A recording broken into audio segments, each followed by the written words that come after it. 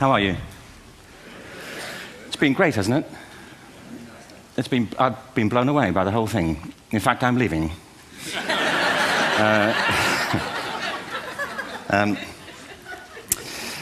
There have been three themes, haven't there, running through the conference, which are relevant to what I want to talk about. One is the extraordinary evidence of human creativity in all of the presentations that we've had and in all the people here. Just the variety of it and the range of it. The second is that it's put us in a place where we have no idea what's going to happen in terms of the future. No idea how this may play out. I have an interest in education. Actually, what I find is everybody has an interest in education. Don't you? I find this very interesting. If you're at a dinner party and you say you work in education, actually, you're not often at dinner parties, frankly, if you work in education, you're not asked, you know, and you're never asked back, curiously. That's I think it strikes me. But if you are, and you say to somebody, they say, what do you do? And you say, you work in education, you can see the blood run from their face. They think, oh my God, you know, why me? It's my one night out all week. But if you ask people about their education, they pin you to the wall. Because it's one of those things that goes deep with people. Am I right? Like religion and money and other things. So I have a big interest in education, and I think we all do. We have a huge vested interest in it, partly because it's education that's meant to take us into this future that we can't grasp. If you think of it, children starting school this year will be retiring in 2065.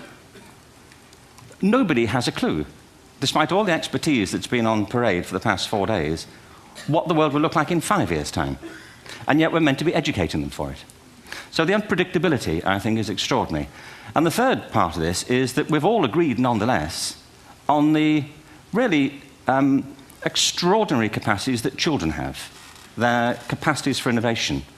I mean, Serena last night was a marvel, wasn't she? Just seeing what she could do. And she's exceptional, but I think she's not, so to speak, exceptional in the whole of childhood. What you have there is a person of extraordinary dedication who found a talent. And my contention is all kids have tremendous talents, and we squander them pretty ruthlessly. So I want to talk about education, and I want to talk about creativity. My contention is that creativity now is as important in education as literacy, and we should treat it with the same status. Thank you.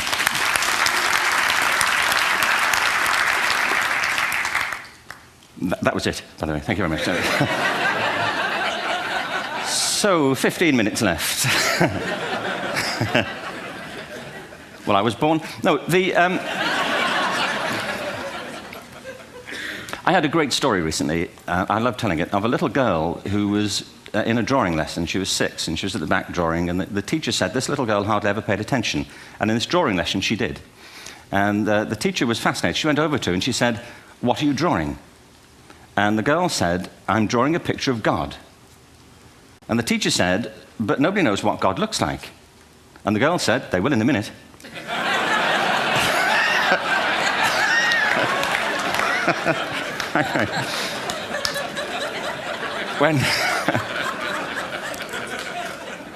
When my son was 4 in England, actually he was 4 everywhere, to be honest. I mean, if we're being strict about it, wherever he went, he was 4 that year. But he was in the Nativity play. Do you remember the story? No, it was big. It was a big story. Mel Gibson did the sequel. You may have seen it. I don't know. It was Nativity 2. But James got the part of Joseph, which we were thrilled about. We consider this to be one of the lead parts. We had the place crammed full of agents and T-shirts, you know. James Robinson is Joseph. He didn't have to speak, but do you know the bit where the 3 kings come in? They come in bearing gifts, and they bring gold, frankincense, and myrrh. This really happened. We're sitting there, and they, I think, just went out of sequence. Because we talked to the little boy afterwards and said, you know, "Are you okay with that?" And they said, "Yeah, why was that wrong?" They just switched. I think that was it. Anyway, the 3 boys came in, little 4-year-olds with tea towels on their heads, and they put these boxes down. The first boy said, "I bring you gold." And the second boy said, "I bring you myrrh." And the third boy said, "Frank sent this."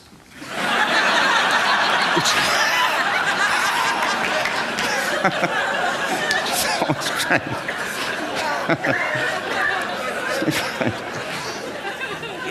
What these things have in common, you see, is that kids will take a chance.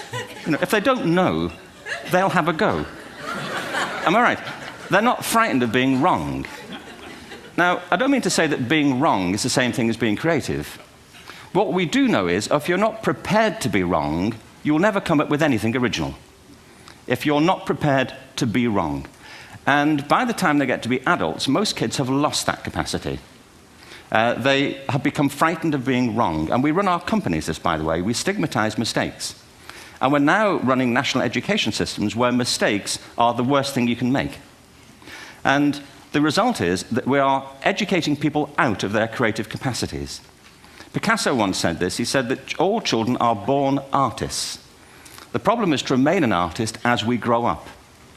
I believe this passionately, that we don't grow into creativity, we grow out of it.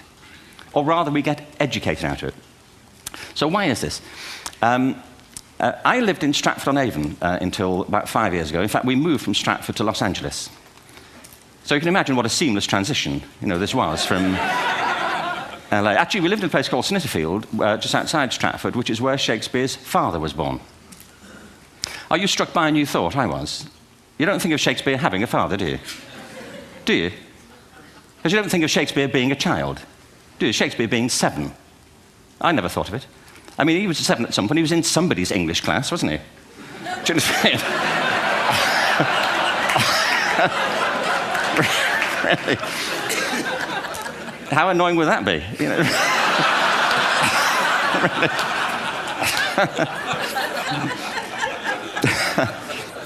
Must try harder.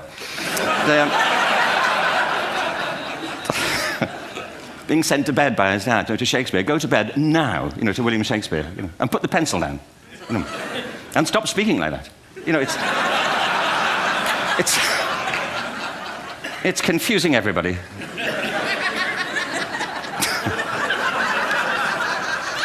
Anyway, we moved from Stratford to Los Angeles, and I just want to say a word about the transition. Actually, my son didn't want to come. I've got 2 kids. He's 21 now, and my daughter's 16. He didn't want to come to Los Angeles. He loved it, but he had a girlfriend in England. This was the love of his life, Sarah. He'd known her for a month. Mind you, they'd had their 4th anniversary, because it's a long time when you're 16. Anyway, he was really upset on the plane. He said, "I'll never find another girl like Sarah." And we were rather pleased about that, frankly, because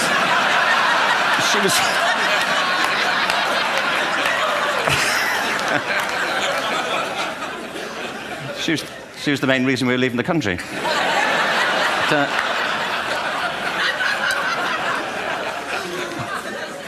But something strikes you when you move to America and when you travel around the world. Every education system on Earth has the same hierarchy of subjects.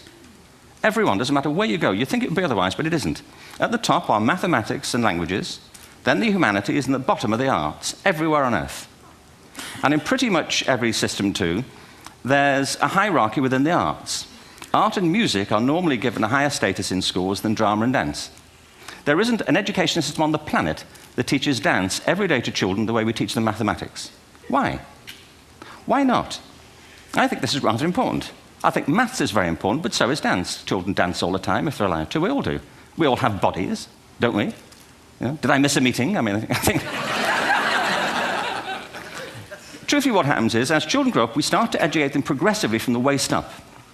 And then we focus on their heads, and slightly to one side. If you were to visit education as an alien and say, what's it for, public education, I think you'd have to conclude, if you look at the output, who really succeeds by this? Who does everything they should? Who gets all the brownie points? Who are the winners? I think you'd have to conclude the whole purpose of public education throughout the world is to produce university professors.